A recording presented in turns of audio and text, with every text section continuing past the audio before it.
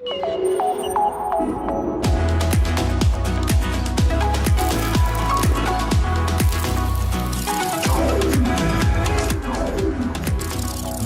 is NAB Show Live. Welcome to the 2019 NAB Show. Are you guys having a blast or what? Come on, give me a round of applause here for everyone that's here. It's such an exciting show. Last night I had a wonderful time at NewTek. They had what's the theme again? It was Together We Change the World. Together We Change the World. It was an awesome panel that we had up there, had a blast. And today I'd like to introduce Dr. Andrew Cross, President and CTO of NewTek. How you doing, sir? I'm doing awesome, thank you. It's great to have you back on NAB Show Live. Great to be here. And we love using your technology. So let's start off and talk about NDI and how it even got started. So NDI actually has a long history. It goes back about 10 years. It wasn't called NDI, it was called AirPlay, and we had it in our products, and it was a proprietary protocol. We went off and we blackmailed or persuaded a number of vendors to work with us on adding support, and the first one of them was actually VizRT, believe it or not. And then about 4 years ago, what we saw is we see that IT and IP is going to take over this market, and so we took what we had originally developed as a proprietary protocol and worked with a bunch of people on supporting, and we said, we need to give this away. We need to make a real mark on the industry, and so we took it and gave it away. And it's we called it NDI at the time, which was the first time we had called it that, and that's how it started. And here we are today.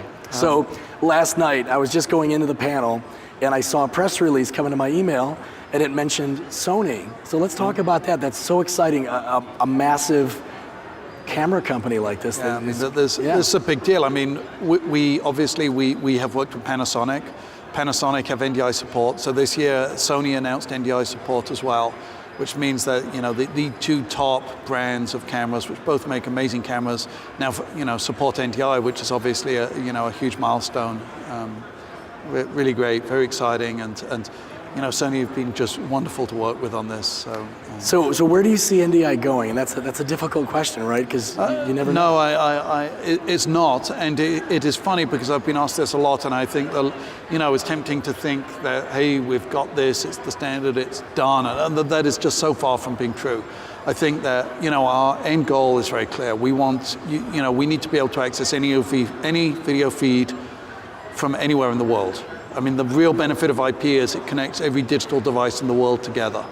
And we've got to get video to that point, and that will change everything. I think beyond that, it's tempting to think about video as just the video over IP as a live thing, and that's how most people are looking at it right now. But it's not. I mean, it's got to be about all forms of video, whether they are live or non-live, and we're starting to move in that direction because we just added the support to basically use NDI to record all streams of video to a hard drive. I mean, look, they're just digital streams flowing around the network. Why not take that and just store it on a hard drive so you have all those streams synchronized? But once you start doing that, the barriers between linear and non-linear are going to start to crumble. When you're using a video production system like you are here today, sure. It's all IP. But it doesn't know whether those are truly live feeds or feeds that are coming off another system. It just doesn't know those things. And so, the barrier between linear and non-linear starts to change. And so when you start to think about that, where you can access anything anywhere, the concept of time in that pre-recorded or live starts to go away. And suddenly you're looking at a very different kind of environment. And it all started off as replacing an SDI cable with an IP cable, but it's going to end up as so much more than that. So let's talk about NDI 4.0. I must admit I haven't learned anything about it yet, but I've definitely heard about it. Yeah.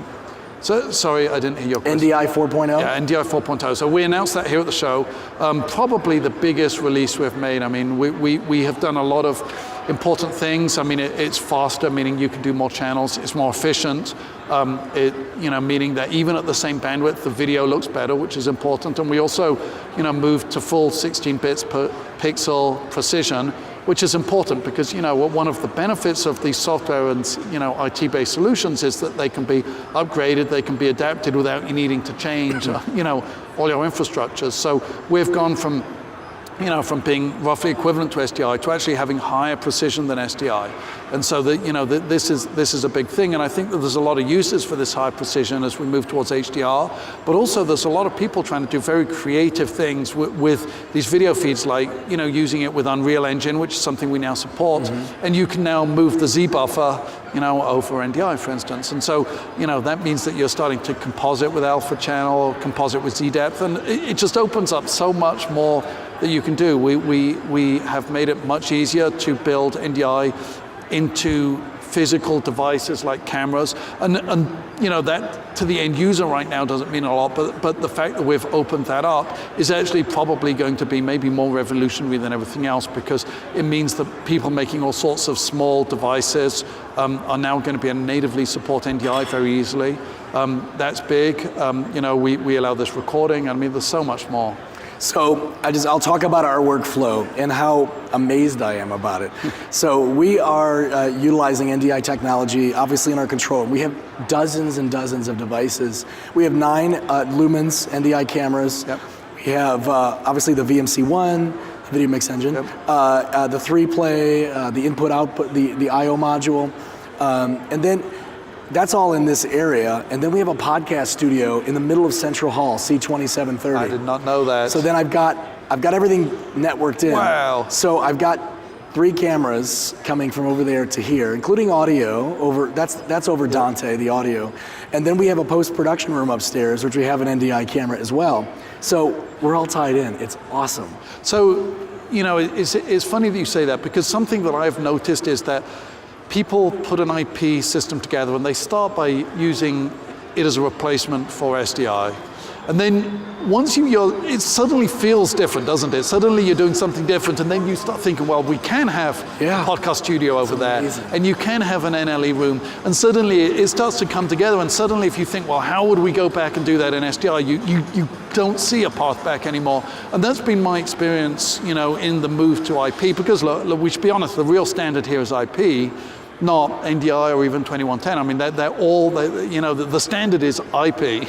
Right. And it's how we use it, and NDI is one way of using it, and it's one that makes it very accessible, but it really starts to change the way you think about video and the kind of workflows you put together, and I think that what you're doing is clearly part of that, and I was even unaware that you'd brought all that together. That's amazing. Yeah, thank you. Yeah, I come from the world of post-production especially, but a lot of broadcast type of experience as well. So I did a lot of terminating of SDI cables. I mean, like a lot. I remember building a post-production facility, 144 SDI in and 288 out. It was a Blackmagic Video Hub, the enterprise router, when they first came out about 10 years ago. And it's just the thought of just plugging Ethernet in,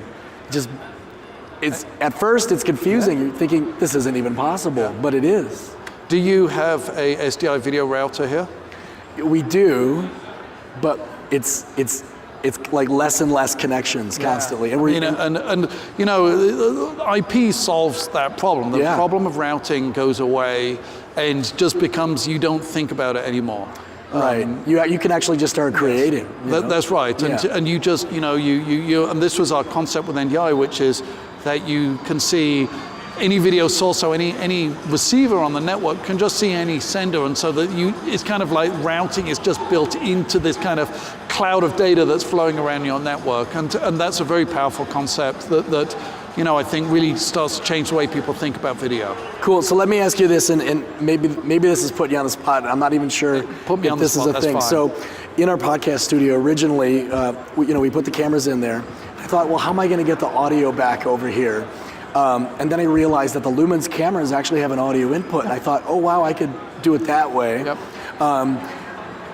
Or I did it over Dante, just because it was last minute. Is there a way to do it with audio too? Yeah, I mean, NDI takes audio, but we should just be, so first of all, I mean, doing something like Dante is a great approach, and Dante is wonderful technology, and if you look in the video world, you've had audio and video handled separately forever, and I don't think the goal here is to just recreate and change everything on everybody. And so, certainly us as a company, we encourage people to use what makes sense. And I think that using Dante, it's great for that. I mean, NDI absolutely supports audio, and it should have gone down the Lumens cable. Yeah, I should have injected it into that camera. I keep calling it injecting it. Yeah, well, it's a good way to think about it, because it just turns it into, it is injecting it. It certainly becomes a network feed, and that absolutely would have worked. But anybody who comes along and says, look, there's this wholesale change, you've got to change the whole way you work, it's never going to work. And the fact that you can use Dante, or you could have run analog, that's part of making this work. And I think that, giving people the flexibility to do those things is truly important. And, I think that you're almost highlighting that in this IP world, you get this flexibility that it's still probably all over the same cable. Yeah, you're not constrained anymore. You aren't running separate audio and video feeds, it's all on IP. And the fact that it's all on IP goes back to what I said, which is it's really IP, the standard that we're all working on. Very cool. All right, lastly, and maybe it should have been the first thing we talked about, there's a lot of hot news that comes out at NAB show, but in my eyes right now, the hottest news is that the acquisition of NewTek by VizRT. Let's talk about that. So, this is very exciting for us. I think that, we are companies that since our inception have built software. We did it on the Amiga, and they did it on Silicon Graphics workstations. And we've both shared this vision that you should be able to replace a TV studio with software. And certainly if you go back to both our companies were about the same age, and if you go back to the 25 years or so ago that we were both created, back then that was just crazy talk. I mean, this idea that you would be using computers, that they could be trusted to create video, was crazy, and yet we both were driven by the same goal. And they were driven to do it at the high end of production, and we were driven to do it in a way that our drive was to use this to bring it to the masses. Cool. And we started, I've been friends with VizRT. I mentioned actually earlier that they were the first adopters of what was AirPlay, which was the precursor to NDI, which is good. I don't even know how long ago that was, but it's going to be 7 years ago. And that's how long we've really been working together. And back then probably a bunch of people thought it would be really weird that VizRT would adopt this kind of weird thing that was proprietary to just work with NewTek switchers. But the reason they did it is just because they thought what we were doing was super cool. It was just software. It was too tempting to put it together, and it probably had zero impact on the market then. Because how many people using VizRT systems were using TriCasters? I mean, it didn't exist, but it just shows how far back this vision, was. And about 2 years ago, I got together with my friend who is their co-founder, and we talked seriously about doing this. And since then we've been working on it, and it's really exciting. I think that what we're trying to do here is put together a company that really serves this vision of software-based, computer-based future for video, which has got to be where this ends up. It's got to be where this ends up. And this incredible studio you've put together is almost, you share in that vision, and it's all part of it. And that's what we're trying to create. And so it's just super exciting to do it. And, to have just such a, this is a very positive thing. We're two profitable, growing, great companies to put them together and try to do this. It's so different from what many other people do, and I think that the way we're doing this is, I'm excited. I'm really excited about this. You guys are literally about to change the world in our industry. That's our goal. I was doing a press interview on this by the way, isn't it perfect that we announced this on April the 1st? Yes. I started getting texts and people were saying, is this really is this real? true? And, yeah. and I actually, I responded back, I texted back and said, well, that is the mystique that is NewTek. Right.